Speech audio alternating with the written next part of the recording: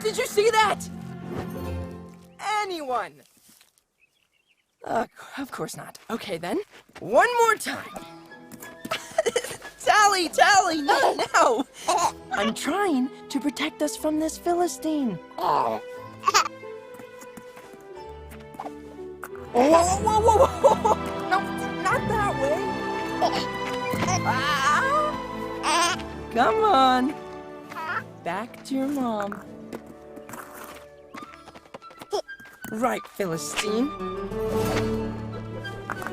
Oh, wait! Right between the eyes. Oh, of course. That one you saw. Tally! Tally, no!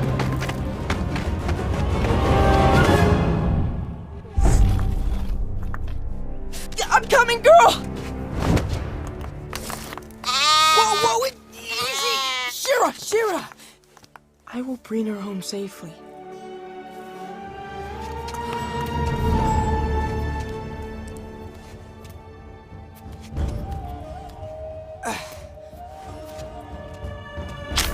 Whoa!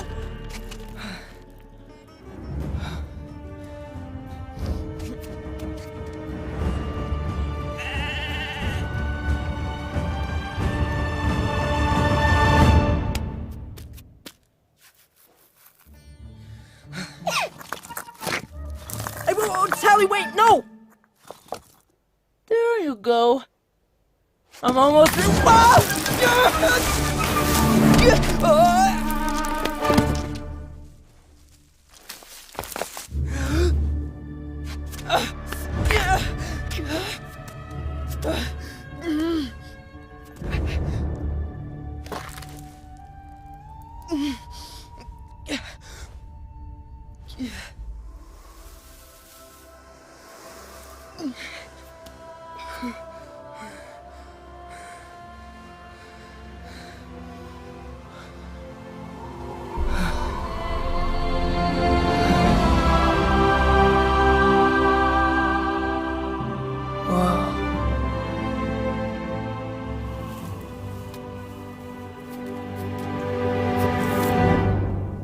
Okay.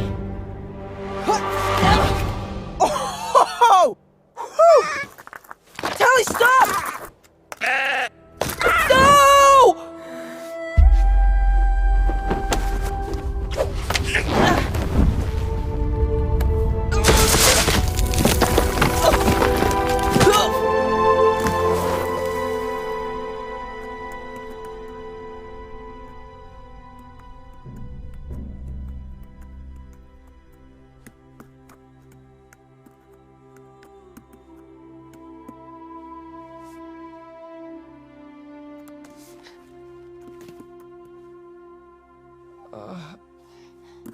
Oh, that doesn't help.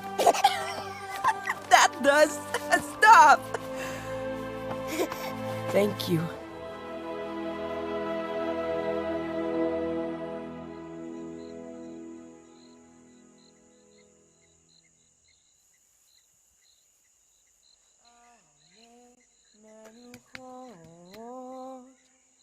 Yena haleni nafshi yeshobeh yancheni b'mgalet tzedek leman shemo.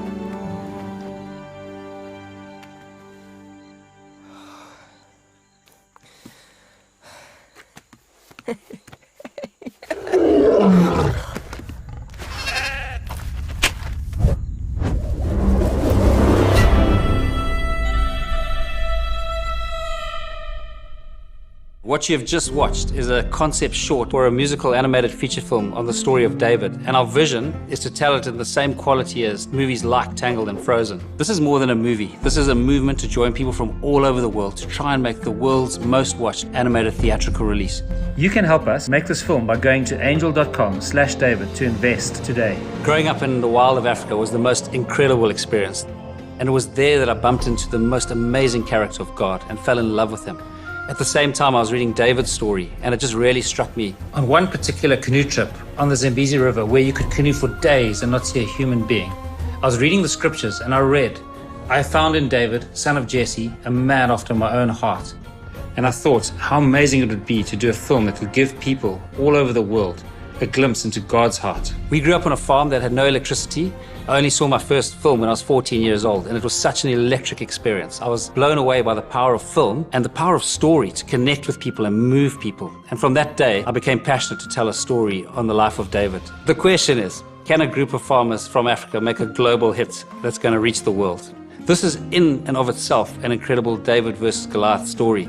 There's an African proverb that says, if you want to go fast, go alone, but if you want to go far, go together. And in order to tell a story as big as David, we need people from all around the world to come together. Over the last 20 years, Jackie and I have just been blown away by how God has miraculously drawn talent to us. Now we have the most awesome, high-quality team. Like Nathan Stanton, who spent 22 years at Pixar, Borja Montoro, a Disney animation alumni, other talent from massive films like Big Hero 6, Tangled, Finding Nemo, Zootopia, Moana, Prince of Egypt, and many more. Our first breakout hit is Jungle Beat, an incredible and beautiful show. On our YouTube channel, we get over 2 billion views a year. We've got 7 million subscribers. We also recently released our first animated feature film called Jungle Beat the Movie. And incredibly, it was on Netflix's top 10 for over 2 weeks, both live action and animated feature films in the US. We are also doing a theatrical release of Jungle Beat the Movie in China later this year, and are in production of Jungle Beat the Movie 2. What really excites me is if you take Jungle Beat the Movie, we produced that for $5 million.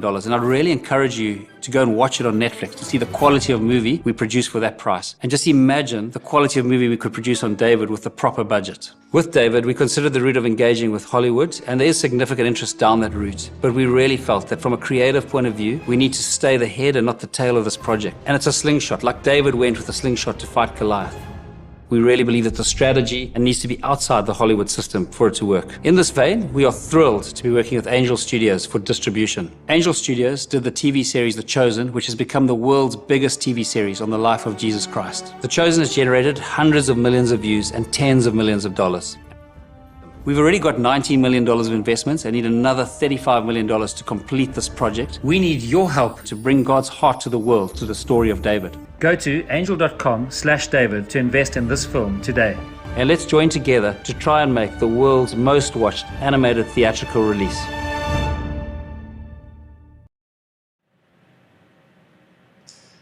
Hello everyone, and welcome to this live stream. I'm so thrilled that you're joining me, and I'm so excited about tonight's live stream because boy do I have a guest for you. I'm really excited to talk with him. I know a little bit about him, so we'll see how much I can draw out of him. But just to give you a context of what we're doing, this is a live stream where we're trying to share with you about David, an animated feature film that we're making, and to see if you'd be interested in investing in it if we opened up a funding route. And you're welcome to express interest in investing if you'd like by going to angel.com/David, and that's where you can go. People have expressed interest up to the amount of just over $27 million so far, which is incredible. And it's just been so wonderful to see the community that is growing around this project and the excitement and what have you. And I can't wait to share what's coming in the live stream with you, because I think it's going to really take you to the heart of what we're doing here. So just a couple of housekeeping things. Please do like and share and comment so that we can get the word out to as many people as possible. We're going to be answering questions at the end, so if you've got any questions, please do send them through. I'm going to answer one question now, which I know is going to come. The movie will be releasing in 2025. That's a question that's asked every week, and it's likely to be asked again, and we'll answer it again at the end of the live stream. But animation takes a long time, and we've been working very hard at the project, and we're making great strides. But we've got a long way to go, and this is just such a wonderful way for us to keep you in the loop on the journey, where we are and what's going on.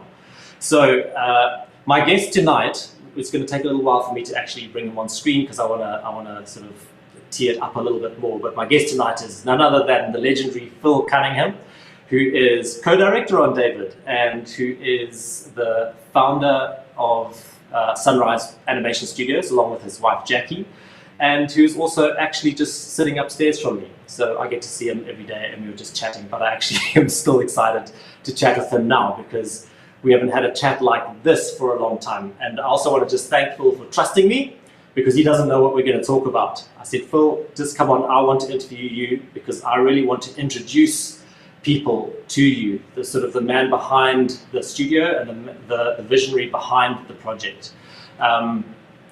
As you walk into our studio, there is a mission statement on our wall, 3 words. Mission statement might not be the right thing, but it's inspire through story. That is at the heart of what Sunrise Animation Studios wants to do. We want to tell stories that inspire. But not only that, when Phil and Jackie came up with that phrase, Jackie was clear. She said, we want to inspire through stories that we tell, yes, but also the stories of each person that comes through this door can also inspire. It's not just about the stories that we tell, it's about the stories that we live.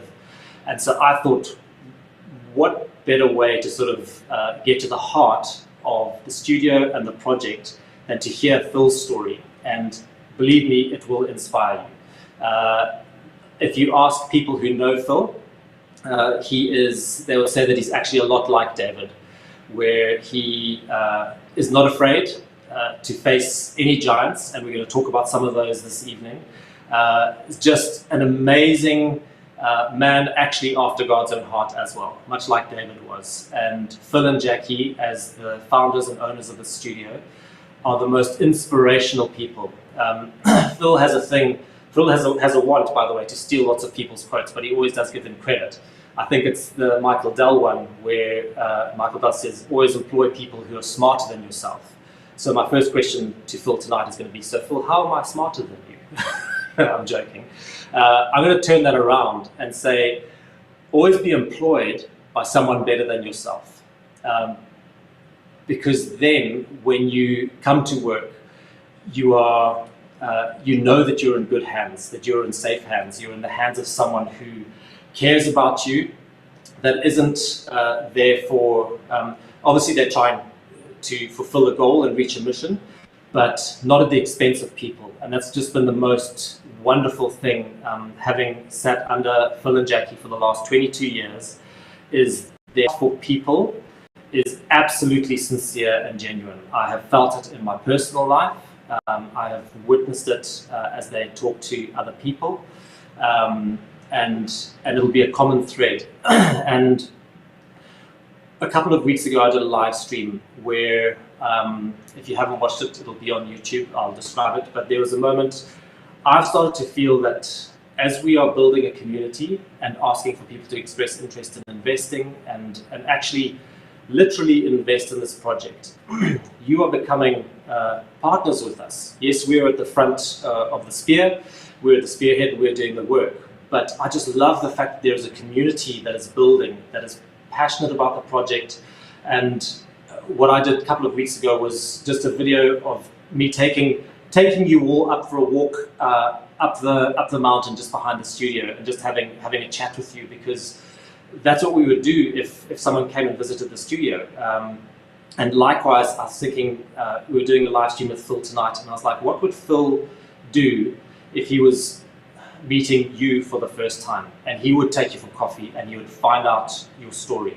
And you'd find out your story first. He wouldn't be thinking, what can you do for him? He would be genuinely interested to find out about you. And if there wasn't anything that came of it on a work front, he would just be glad to have met you. He is absolutely, and Jackie is, fundamentally and at heart a people person.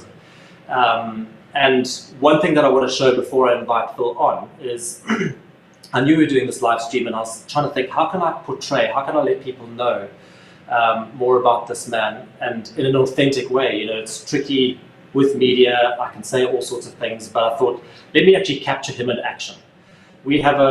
So I didn't tell him I was going to do this, and the footage is not going to be fantastic, so please bear with that. Every Monday we do an all hands on deck meeting where everyone gathers, everyone local gathers in the cinema, and those who are remote log in as well. And Phil starts off just with something inspirational or a thought for the week.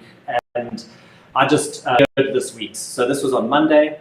I took my phone out and I just filmed it. And I think it's about 2.5 minutes. The sound should be good enough, but we're in a dark cinema. But it'll give you a sense of the truth of who I'm talking about. So guys and Angel, if you could share that video with us, and then I'll chat to you again before we bring Phil on. Anyway, let's go into our thing. And just, you guys are seeing this a lot, but I want to keep putting it up. And it's our acronym, Let's Go, which again I just love because it's like, let's do it, let's go. It's got that positivity to it. But we've done Live Courageously, Explore Creativity, we've done Turn Up the Fun, we've done, and then Seek Out Humility we did last week. And then this week I wanted to focus on the generous heart of family. I just want to say generosity is one of the most beautiful things that you can find in the world. It's just, if there's one thing I really love, it's generosity. And I think often Jack and I are just chatting on the weekend, and so often people think about generosity as a thing where you're giving money, and that is a way to be generous. But what I really wanted to share today is there are so many ways to be generous. And generosity of your time, your kindness. When you get to the toll gate, you might never see that person again. Do you give them a smile and actually pass them your money and engage? Or you get to a coffee shop where you're maybe never going to see that person again. Like, how generous are you with your kindness and your joy? And generosity can be a smile, like just giving somebody a smile and some positivity in the day. You don't have to have a lot of money to be generous. In fact, ironically, if you travel up through Africa, through the most rural areas, I find that's some of the most generous people in the world. Actually, some of the most wealthy people in the world are the least generous people in the world. So generosity's got nothing to do with having a lot of money. It's got everything to do with what's in your heart and how you give to the world around you. The beautiful thing about generosity, you don't do it to get, but ironically, if you do give freely, you actually receive so much back. It's almost like, I found generosity is a bit like gravity. Gravity is a real thing. If you jump up, you will come down. If you are generous, you actually will get back in incredible ways that you can't even anticipate.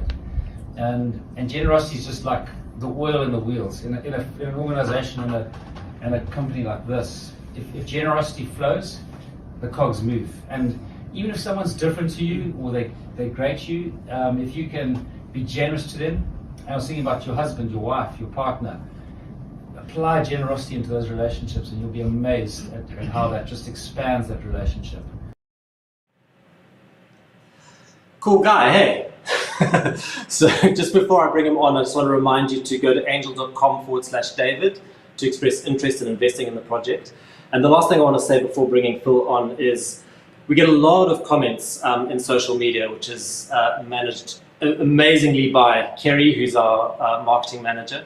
And she gets all sorts of questions, and a lot of in the questions and the comments there's a they that is spoken about. You know, I hope they do this, I hope they do that.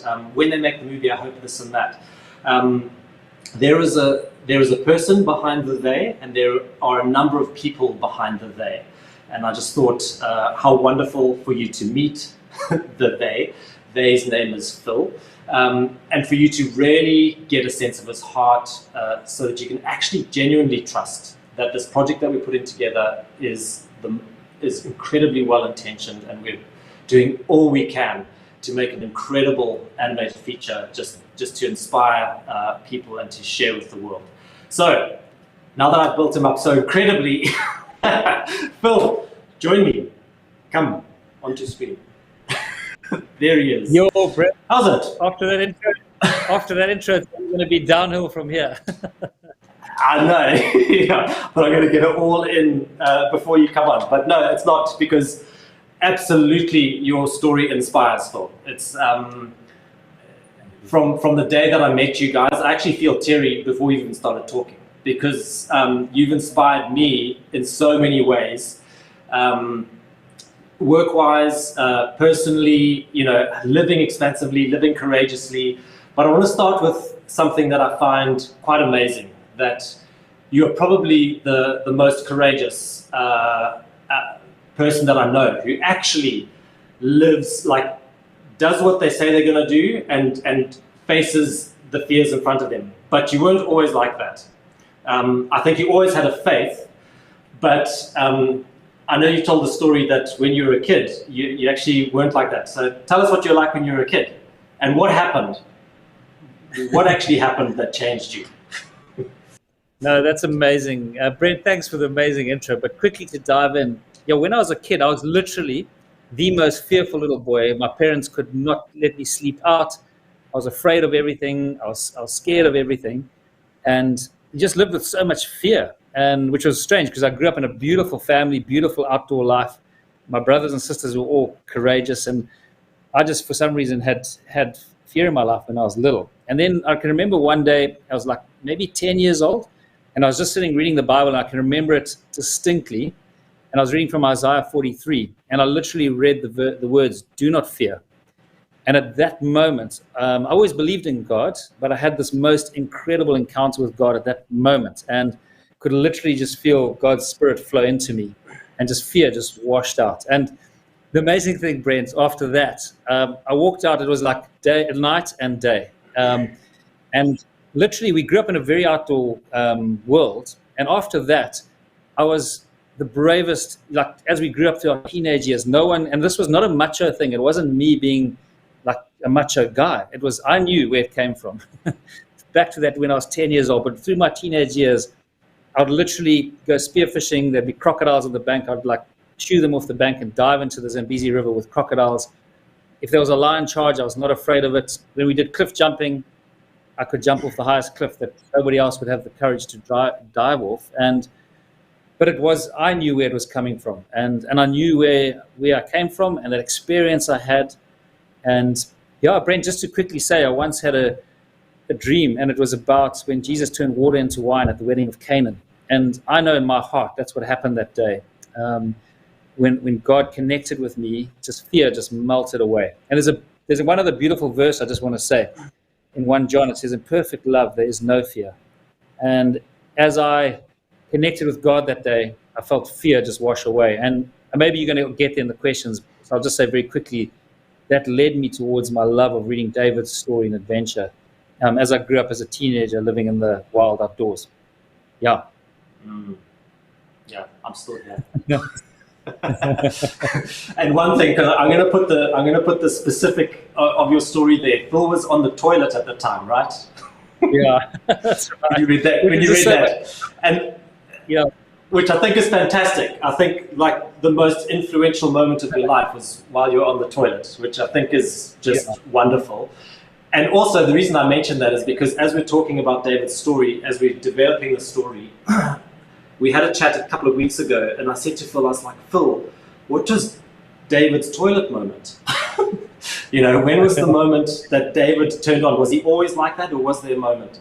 But speaking back to your story, I think it's amazing that it was night and day, and that you can remember it definitively. I think that's also what helps you to remain grounded. That it didn't come from you. It wasn't your effort or anything like that. It's a switch that was turned on within you, which you've now embraced and you live with, but you don't it's not a thing that you're proud of, in and of yourself. So you've been able to sort of deal with all sorts of people with the grace to know that, okay, well, that switch is not necessarily turned on for you, so that's fine. I don't know. Yeah.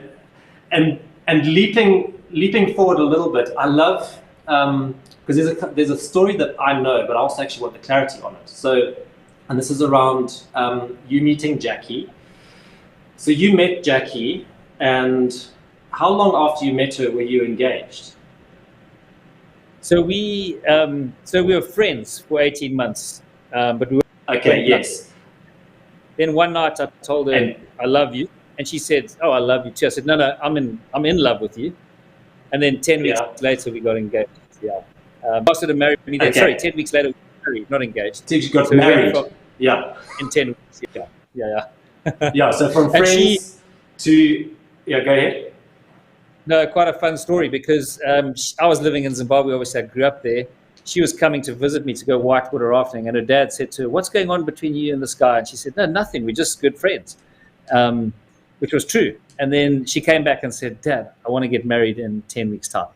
So, yeah.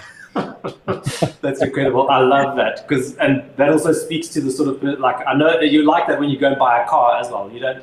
Phil's not the sort of guy that goes and does a lot of research or whatever. He goes on feel and gut, and he goes with it. And you absolutely made the right call with Jackie there, I must say, because 100%.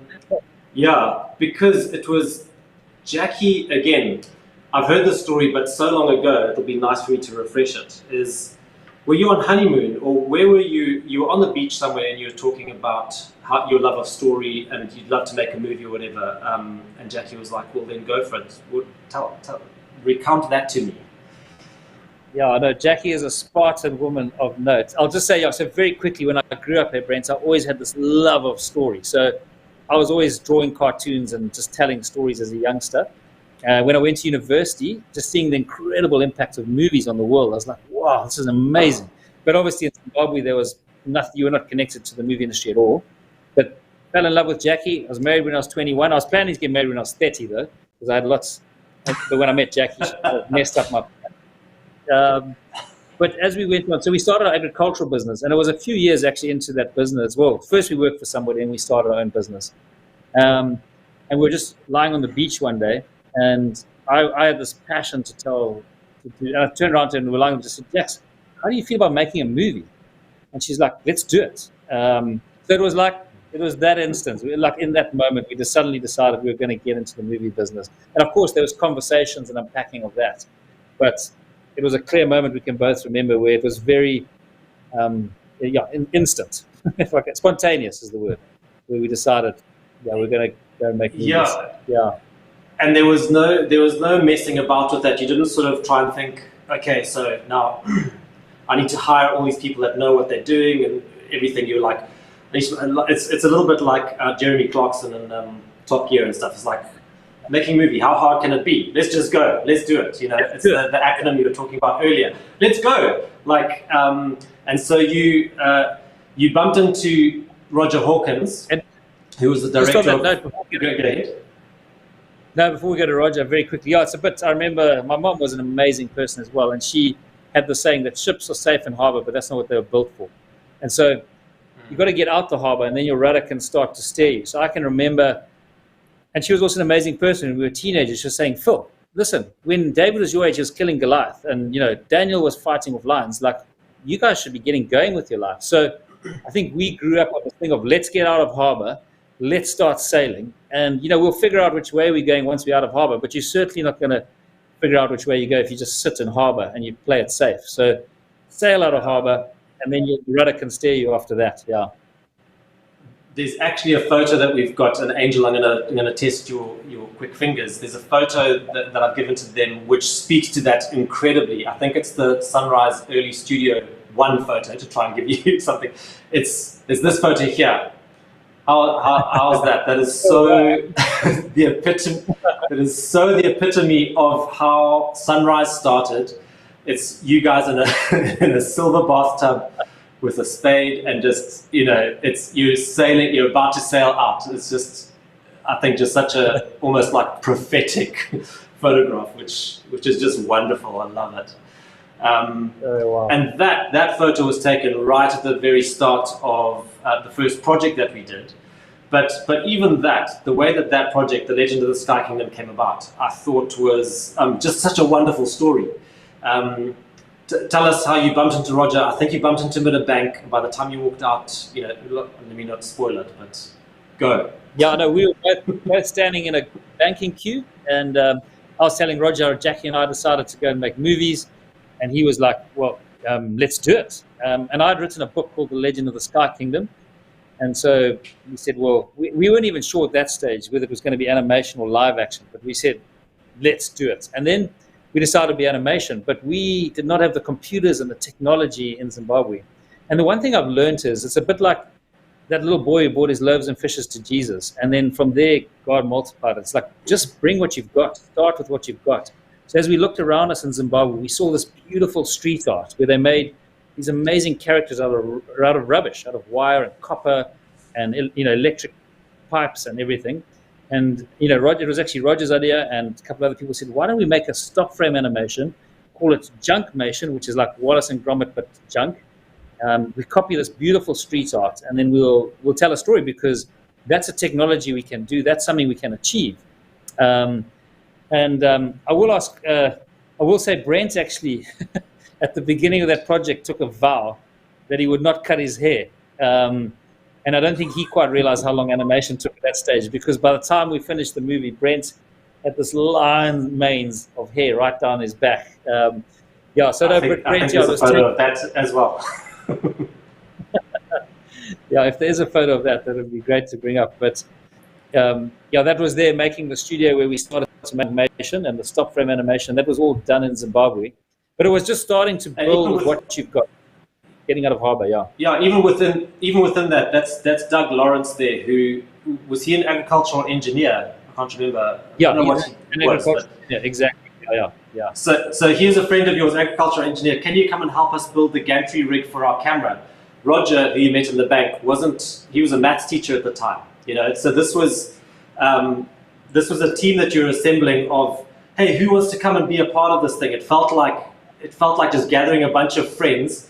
Guys, we're going to make a movie. Okay, let's go. What should we do? There's Roger, who's the director, and that's Phil, way younger. And Angel, if you can go to another photo, you'll see me there with my long hair, but no stress about that. And just the most amazing project. And little did we know at the time, this was just you saying, let's go. And legitimately, if there was to be a history of animation in Africa to be written, chapter 1 would be entitled Phil Cunningham, you know, because it was the very start of, so that film became Africa's first animated feature film, which wasn't the intent, you know. We didn't even know it at the time. You just sort of had a vision and went, you know. And it was just incredible. We were just realizing that as we went. So how did you find that whole process of sort of just going and then seeing where it led? You know, it's just one thing I learned from that experience that you referenced at the beginning, Brent. The one thing I've always loved, because of God and because of who his characters and who he is just always loved adventure. So that whole Legend of the Sky Kingdom experience was just a massive adventure. It was so much fun. We had people coming who were agricultural engineers, coming from drama. Brent himself came from, I think, the ad industry. And it was just this, in fact, it's a little bit like David. And when he was in the wilderness, everyone who's in debt, distress, or running from the law gathered to David in the wilderness. And it felt like we were just a rabble, but a very happy and very enthusiastic and very adventurous rabble, who didn't feel that anything was impossible. So, yeah, we just set out. And I remember going down to Satengi, which was a film festival in Cape Town. Yeah, and guys were like, "What? Are you making an animated feature film in Africa? That's like, we're not ready for that yet." So, but it was really not us. But it go back to that. So that's why I'm glad you asked that story at the beginning. It's not about ego and look at us, not at all. It's about what I think God motivated and was moving, and that's what made me fall in love with David's story so much. Yeah. And how much did the Legend of the Sky Kingdom actually make? Well, you know, the funny thing is, we made this movie. It was beautiful. We won so many art awards, and we thought, this movie business is easy. You're like, how hard can this be? And then we didn't make a sense. What we learned later was the feeling going to making a movie, like the story craft, storyboarding, writing more than one draft. I mean, you know, we literally wrote one draft of the script and went straight into production. So although it was a beautiful movie art-wise, it needed storycraft. But it really was our school fees, it was our learning. Yeah, but I've got something to say about the fact that it didn't make a cent, and it's I think a pivotal and key thing to the success of Sunrise over time. I remember there was a point where you were offered. It wasn't huge money in movie terms, but I'm sure. But at the time, it was more than nothing. I think you were offered £1 million or £4 million, something like that. And the person they were going to own it and distribute it, or something like that, or they wanted to remake certain scenes. Am I recalling that correctly?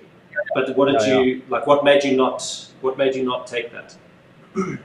I think the thing that we felt at that stage is we really were passionate about story, even though we were learning about story. We wanted to hold on to creative control and really be able to tell our story and be authentic.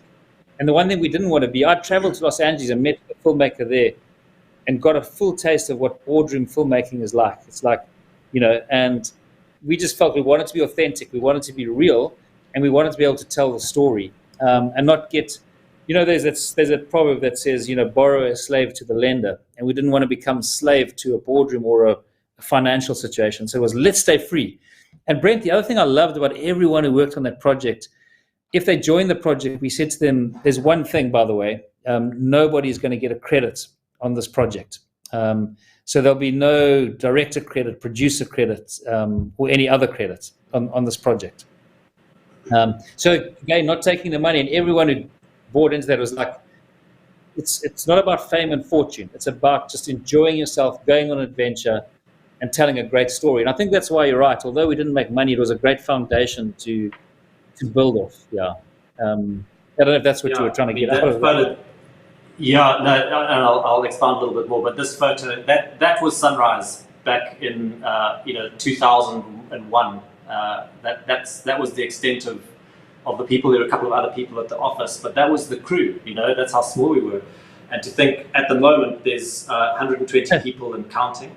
And look at this. But the thing that I wanted, compared to that office, yeah, that's amazing. I know, it's incredible. It's incredible. That's us all playing hacky sack, by the way, and that's sunrise more or less now, which is just incredible. And I think that first one funny thing about the credits. So we all were fine, no credits. So when we did the premiere of the movie, I remember everyone was watching it, and the movie ended, and it just went blank, and the audience were like very confused. we suddenly realized, oh, you kind of need to put something at the end so that people know that the movie is finished. It was just silence and then pitter-patter of clapping, and then they started clapping. It was quite funny. And they were more upset because they wanted to see our names up there. But anyway, what I wanted to get from that story was the fact that it was that early that you were able to identify that we needed to be the head and not the tail. And that is, it's so hard to be in this industry and remain that. And now that you decided that, the fact that, okay, we need to be the head and not the tail, movie making is expensive. At the time, you were funding it through the agricultural business, and you're doing really well, actually. So you're funding it yourself, and then you decided, let's get rid of all the money. Let's stop the agricultural business and focus on movies, because we're going to make money through movies, which again was just a let's go decision. And you decided, what made you move from Zim to Cape Town? What made you decide that? That's maybe stupidity, but I'll say it. The one thing, again, Jackie's the most amazing partner along the road, because her and I were reading a saying, and it was basically, an eagle that chases two rabbits, both will get away. And as we looked at the movie business, and our agricultural business was great, and it was cash rich, and it was actually funded The Legend of the Sky Kingdom. So we didn't have to borrow or bring on investors. We funded that entirely ourselves. But we really thought, if we're really going to make a dent and make a mark and really tell stories that will hopefully inspire and change the world, it's going to take incredible focus and commitment. And a little bit different, but there's that story about the guy who went, the Spanish guy, Cortez, and he landed on shore and he burnt his ships. And there's a song that I think King and Country have done, which is called Burn the Ships. So burn the ships behind you. There's no way back. You've just got to go forward. So it's kind of like an eagle that chases two rabbits, both will get away. So we chose the movie business. We also kind of burnt our ships, so we couldn't go back again. And soon after the burning the ships, I was like, oh my goodness, what have we done? But anyway, in the short term, it felt like a big mistake. But in the long term, we moved to Cape Town, Brent, just because, Zimbabwe is the most beautiful, wonderful country. But if we were really serious about trying to create animated feature films, it was going to be hard to do in Zimbabwe, where there was constant power cuts. And you can remember we were queuing. We spent half our life queuing for fuel and electric cuts, and there just wasn't a talent there to really grow significantly. So it felt like Cape Town would be a better place to really build off and from, to really grow in the movie business. So again, it was amazing how brave everyone was just moving down to Cape Town and leaving Zimbabwe. Yeah. And nothing like sort of getting, so like, let's go, and then getting hit with something straight away, because all the studio equipment that was shipped down was stolen, right? Yeah, so I can't remember how many families, we all moved together, and we managed, I think there was like 8 containers where all our furniture and company computers and equipment, shipping it down to Cape Town. When we arrived there, we opened the containers, they were completely empty, except for one thing, which was a piano. I think it was too heavy to rob. It was from the Second World War, actually, somewhere in Germany. And the only thing that was left in all these containers was just this piano. And I can remember us all looking at each other, because we all had little kids as well. Like, we all had like tiny little kids. It was like, oh my goodness, what have we done? And also, you couldn't move foreign currency out of Zimbabwe, so we didn't even have cash when we arrived in Cape Town.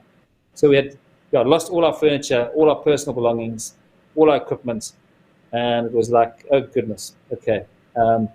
Luckily, we've got for me, we've got a good shepherd and a God who was with us, but it was certainly an adventure.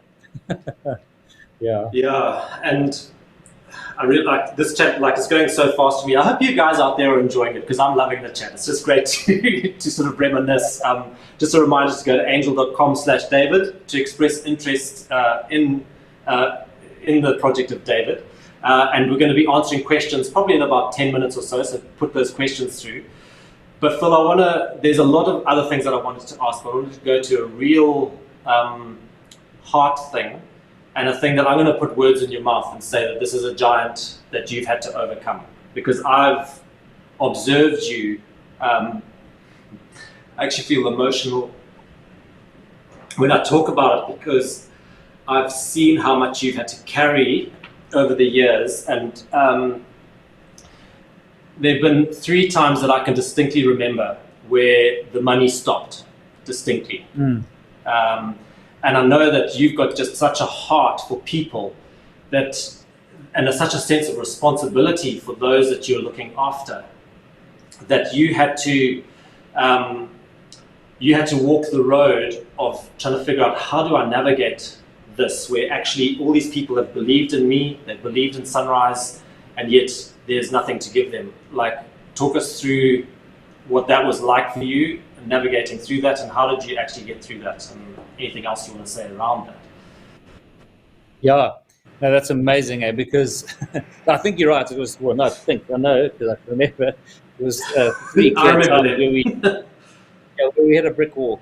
And I think what's amazing about those times is it's saying that the difference between diamond and coal is the pressure they formed under. And we've got this thing of that proverb of Jackie's, which is, if you want to go fast, go alone. If you want to go far, go together. And what we saw in those pressure moments was this beautiful diamond of a relationship network that just grew stronger. And I remember from the movie Gladiator, Brent, when they're in that one arena and they're reenacting a battle, and they're going to be outgunned totally. And Maximus says, whatever comes to those gates, we've got more chance if we stick together.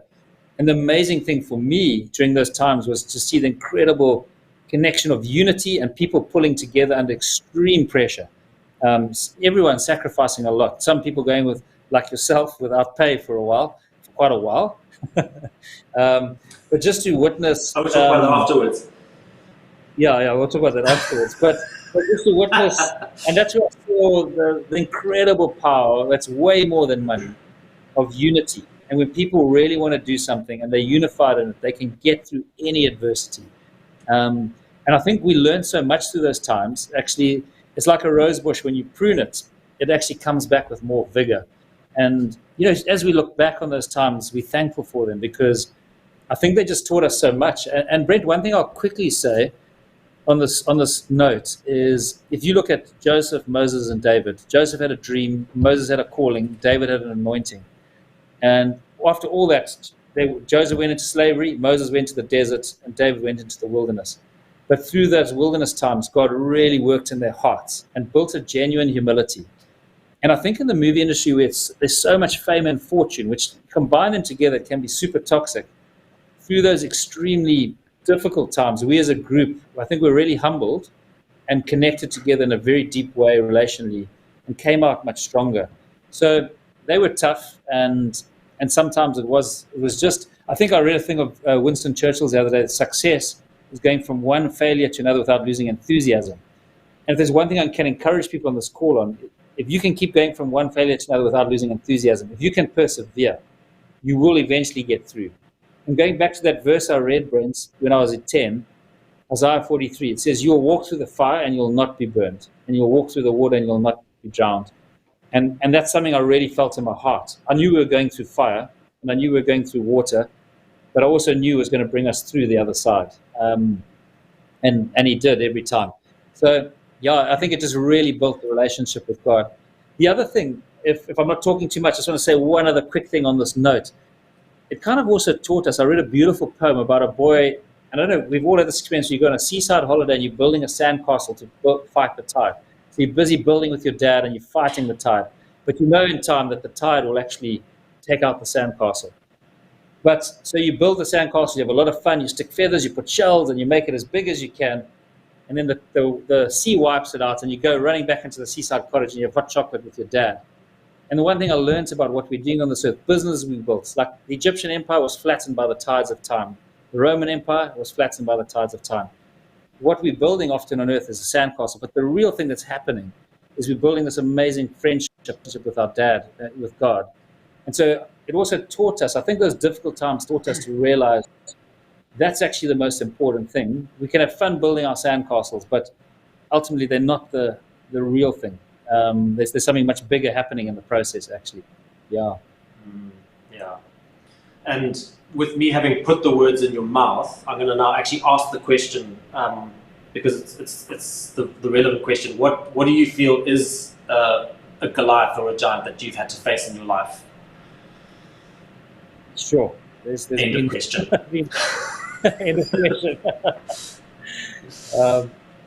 No, I think there's many. If I'll just tuck into one, which is linked to the David film, because I think as you step into the animated feature film worlds and you really want to make a movie that genuinely is going to compete with Pixar and Disney, you're dealing with companies that are decades old, have got billions of dollars, got an amazing distribution network. And to say that you're actually going to make a movie that's genuinely going to compete and genuinely going to stand up to those kind of movies is a Goliath, particularly when you look at, and it's not so much the budget, but if you look at those budgets, they're $150 to $200 million per movie. So, and the thing I love about Goliath, I love about the story, was the way Goliath was taunting David. He's like, really? You come against me with sticks and stones, do you think I'm a dog? So it feels a little bit as we walk into the film industry, the response is, really? You guys think you can make a movie that's going to genuinely compete? And we do. And we really believe that. So I think that's one of the giants we're on fighting right now, is making a movie that is that good, that will genuinely shoot the lights out and compete and really inspire the world. Yeah. And I actually like that. Good answer. Well done, Phil. I like it because when that question is asked to people, it's a thing that we've been talking a lot about when David fought Goliath. David didn't approach Goliath timidly. He didn't go there with fear and wondering what the outcome was going to be. He went with confidence. And what you're talking about here is we are facing a Goliath, but we aren't fiery. We aren't afraid, because something has been birthed within you and birthed within us that we believe in. That we are going to be, so it's a wonderful, I just love that. The fact that you don't, like, facing a Goliath doesn't mean that you have to be afraid and timid. You can actually stand proud, with your chest out and point at him and say, yes, yes, I'm coming at you with sticks and stones, which I think is wonderful. Yeah, which is amazing. Cool. Right, we've got like 10 minutes left. I just want to give people an opportunity to, if there are any questions from the chats, now's a good time to throw them up. Otherwise, I've got plenty more for Phil. Where will the upcoming David shorts be available to watch? Phil, I'm going to let you answer that. Okay, so just so you guys know, we are still in discussion as to how we're going to go about that. One of our passions, hopefully, is to actually release them in cinema, and we've got a bit of a strategy behind that. But actually, we're in the middle of going through our plans on that, so it's not concrete yet how they'll come out. But they are being made at the same quality as the feature film in many ways. So they would literally play beautifully in cinema. So if there's a way where we can premiere them in cinema, each one's got a theme: warrior, shepherd, poet, king, worshipper. That would be our passion, is to try and release them in cinema. But watch our social media, watch the space. By early next year, we'll be making announcements about how they're going to be released and when they're going to be released. Yeah. And Sheila, thanks. I just saw a pledge there. Yeah. Yeah, and certainly on the Minnow platform is where they'll be streamed ultimately, I believe, the shorts. And just to let people know also the shorts, we've got 5 animated shorts that are separate to the feature film that are in production. Right, how to become the part of production team of editing and animation? Good question, new gamers. And Kerry will be chomping at the bit. Like Kerry, who's our marketing manager, she gets inundated with people saying, can I be a voiceover? Can I write the songs? How do I become part of the team? Phil, how do people do that? Throw it your way again. So it is hard, to be honest. It's a team it's very hard to get in on the team because we're already building it out. But if you go to our social media and ask, they will send. There's a form people can fill in and fill in their credentials. You can pick it up on Instagram or Facebook and ask the question there, and then you'll get sent the form, and you can fill it in there and see what. Yeah, and we will always do try to respond. So yeah. So good luck, new gamers. When can we expect the first full trailer for the movie? Okay, so I'd say we're aiming to release the movie in 2025. So what I would say about that is that the first trailer will be coming out, I'd say, well, the first full trailer would be like Q3 and Q4 of 2024 is probably when you'll start seeing the trailers for the movie. So Q3, Q4 of 2024 is what I would say. Yeah. Guys, we're really dying to show you more stuff, but we just can't at this point. It's too early days. But what I can say is it's looking amazing, and it's really exciting what's happening with the story, with the look. So stick with us. It's. I can't wait to show you the trailer, but it's going to be a long time still. Yeah, but the shorts will be a really great way of getting the feeling of the movie. And Brent, there's one other thing I can just chime in on, is like going back to that question you asked at the beginning and that experience I had with God. I can't help but think that David had some kind of experience similar or parallel to that when he was out as a shepherd under the stars.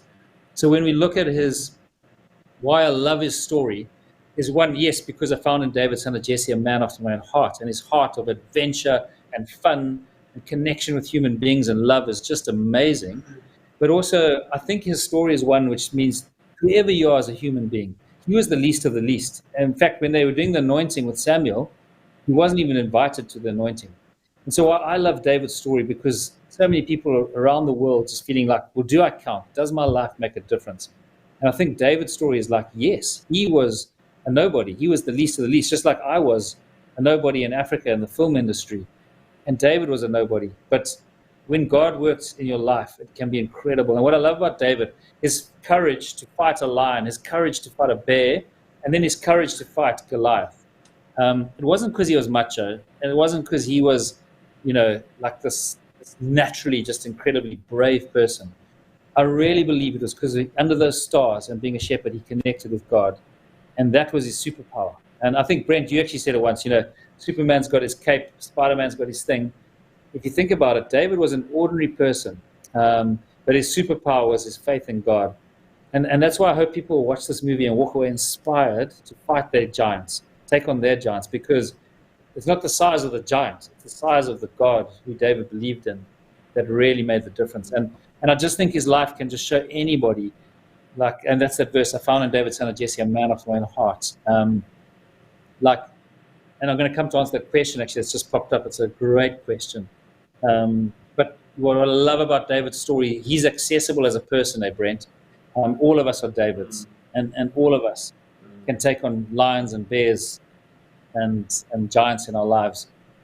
Just like him. He was just an ordinary person who connected. And that's what I love about his story.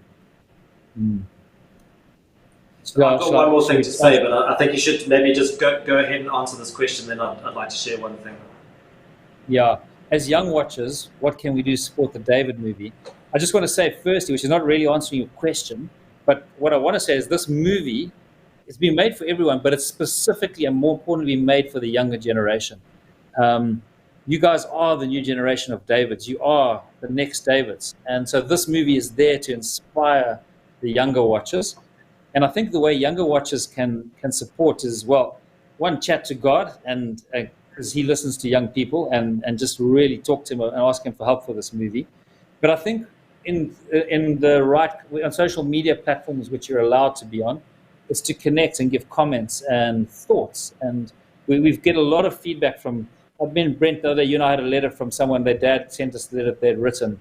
And we just love hearing from younger viewers, just their thoughts and like, are you doing this? And their questions. So even if you ask your parents just to get us those questions through social media, we love hearing the questions from that younger generation. Because although this movie is made for 0 to 94, the bullseye is the younger watchers. I can say that. That's who we really want to inspire. Yeah. The one thought that came to mind for me, just going back to that key moment when you finished The Legend of the Sky Kingdom and you were offered money and said no because you wanted to remain the head and not the tail. And there were the 3 times that you hit the brick wall of having no money. And it was when you tell the stories of this, it's hard. You can't sort of get across the real weight of that you must have been under during that time. But the fact that you had made a decision early on to be the head, not the tail, it is more important to be in control of the stories that we were telling than for us, even if Sunrise fell apart, you'd rather that than be telling someone else's story, you know. And I think the fact that you've made that decision and you believed in that decision is the sort of thing that helps you when you come against that challenge. It's like you can lean on that. You're like, I know when I was lucid, I know when I was clear that my decision was to not sell out, to not, to not be the tail. I've had that personally in my own life where I've believed in something and made a decision, and things have gotten really hard. And if I hadn't made that decision prior, then I would have made a bad decision during. It's that thing of don't go to the shops when you're hungry. You know, like decide beforehand. What are you going to buy? Get your list or whatever. And I don't know if someone out there needs to hear that, but it's a thing that just came to mind now. So you look like you wanted to touch on it. No, that's amazing, Brent. And one thing I wanted to just cue off quickly on that was it links that because we've actually had opportunity on the David movie to go down a different pathway and get finance a different way. But again, going back to Legend of the Sky Kingdom, it would have meant sacrificing over creative control to entities. And that's why I'm so excited as we talk to the crowd. I just think we've got a chance to revolutionize storytelling and the way, because the creative spirit is so squashed and boardroom driven and agenda driven in our generation. And I think we've got this incredible opportunity with crowdfunding to invite you guys to be on the journey, on the adventure with us. And anyway, my point is, through crowdfunding, your creators can really stay creative and stay in control. That's what really excites me about where we're going with David. It's so out of the box. And interesting enough, Brent, we were talking about that when David went to the Valley of Eli, they tried to put all Saul's armor on him. And I was recently at the Cannes Film Festival. And, there's this thing where people, with the best intention, are trying to put armor on you to fight the battle. But David had to take the courage to take off that armor and go and fight with what he knew was authentic. And what excites me about the way we're making this movie, I think it's going to carry such a beautiful spirit. We were talking about it today, that Neil Diamond song that says, money talks, but it can't sing and dance and it can't walk. And I think what's going to come out of this David movie is a beautiful spirit and authenticity and soul.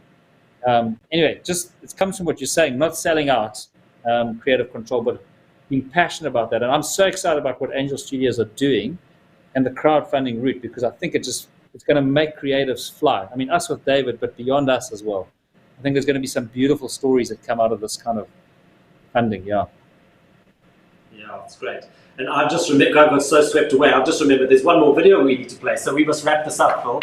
So Yeah. I'll tee it up, but it's been a blast. It's been fantastic chatting, and I'll see you when I come upstairs after this.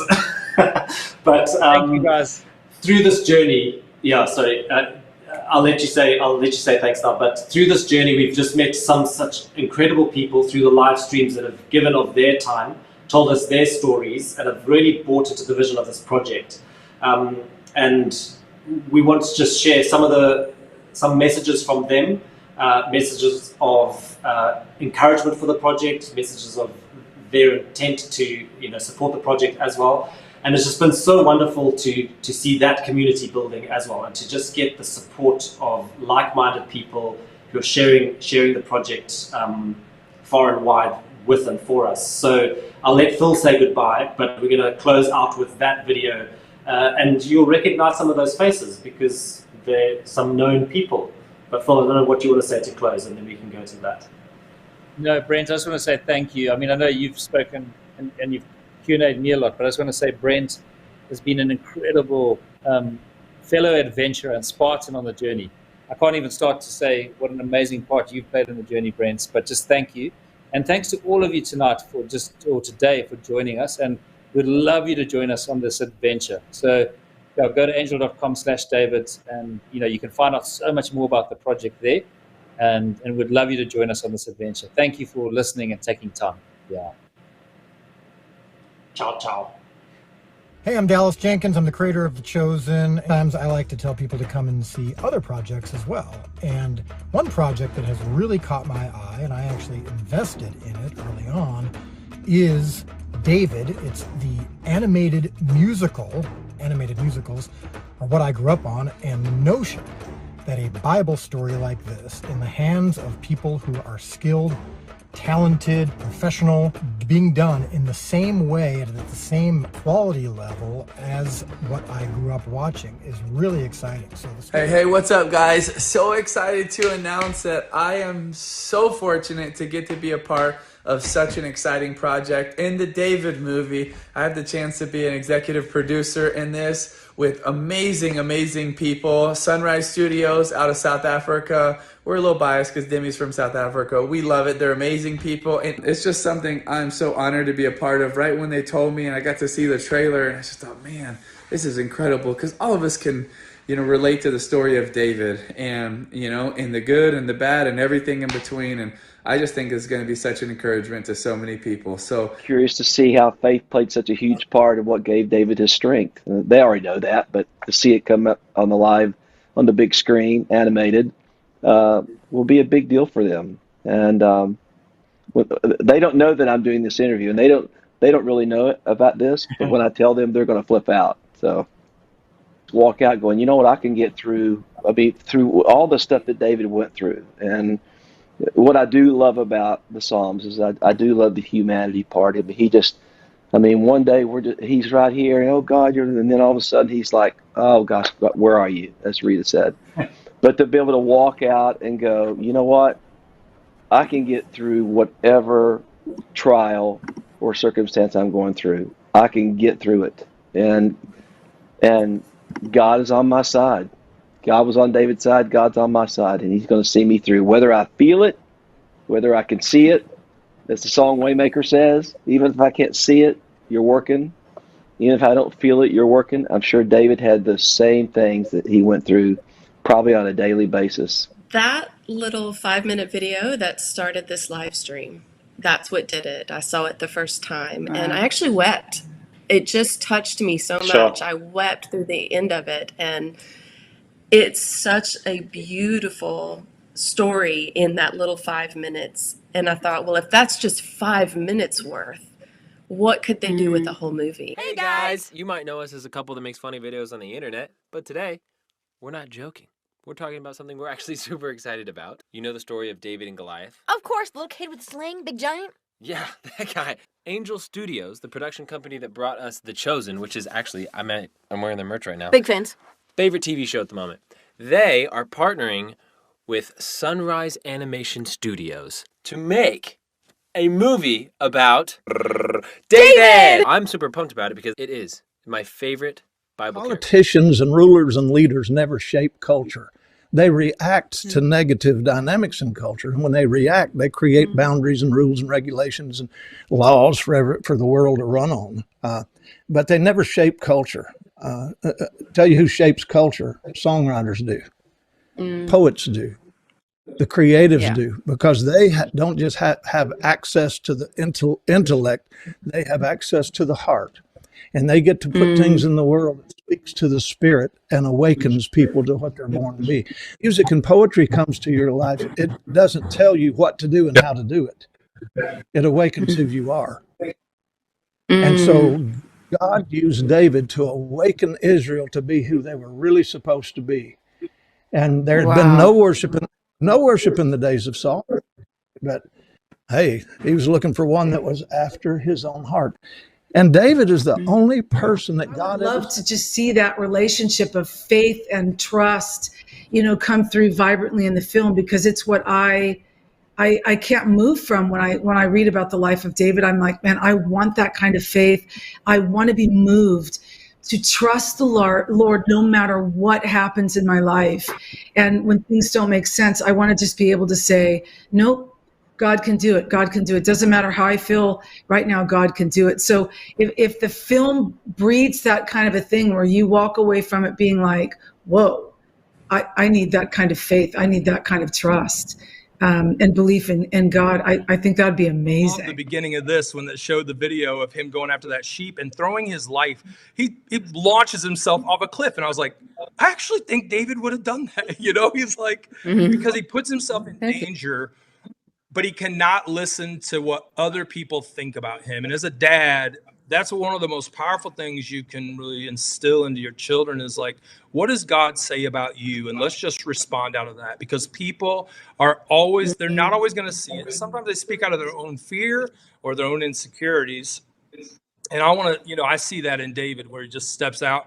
He's like, I'm going to come after these sheep. I'm going to protect them. I'm going to rescue them. And when my brother tries to put me down, I'm actually going to save him too. Hello, it's Nick Vujicic. As a father of 4 children, let me tell you right now, we often talk about Bible stories, but especially David and Goliath. I'm so excited because I believe this David project is going to blow away everyone's expectation of how incredibly a Bible story will change and impact people's lives worldwide. How did I get here? Do you know the story of David and Goliath? David, he had to overcome Goliath. He did the slingshot, took down Goliath. Yeah. What might be a Goliath that you want to overcome? Getting my driver's license. That can be really hard. Are you ready to overcome that? Come with me. Come on. Okay.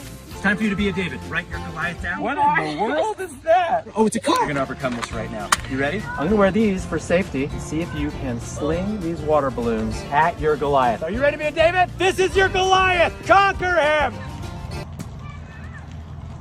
You know what? Just throw it. Step up here and get... Oh.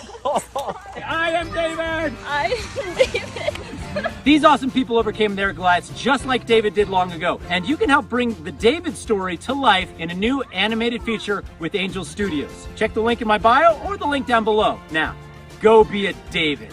Oh.